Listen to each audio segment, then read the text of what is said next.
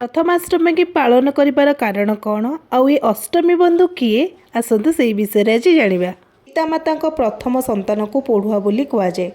प्रथमे घरर परवर्ती समस्त दायित्व बहन करुवा यही संतानटीर सुस्थ दीर्घ यशस्वी जीवन पर आशीर्वाद कामना पूर्वक मार्गशीर मास शुक्ल पक्षर प्रथम अष्टमी तिथि षष्ठी माता को आराधना कराए।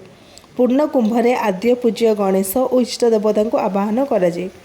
मामू घर आसीथिबा नूतन वस्त्र को परिधान करथिबा संतानटीर मतारे माँ घोरा चंदन और सिंदूर लगे था।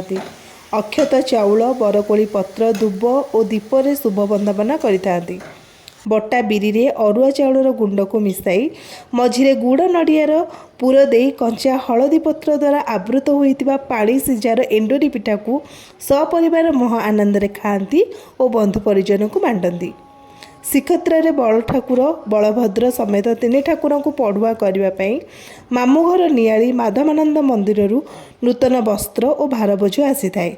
तेणु मामू घर को अष्टमी बंधु घर बोली कहुए और मार्गशीर मासर प्रथम अष्टमी रे यही परंपराटी पालन होइतबारु एहाकु प्रथमाष्टमी मध्य कहुए। Thank you. वीडियो भल लगे लाइक करेंगे।